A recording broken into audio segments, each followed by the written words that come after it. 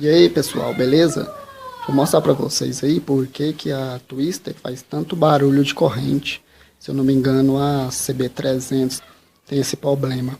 Eu já desmontei aqui, vou mostrar pra vocês que na balança da Twister tem essa borracha aqui, ó.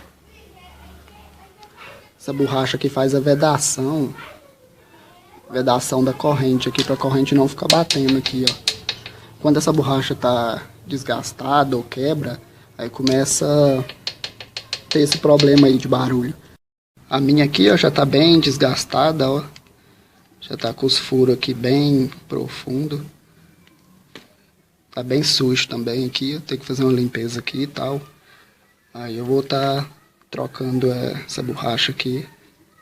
Não tava fazendo barulho, né? Tava até bom, mas como tá bem desgastada já, eu vou fazer a troca aí dela. Então é só trocar essa borracha aqui, que faz a vedação aqui da corrente, ela vai na balança aqui. Esse problema aí resolve, beleza?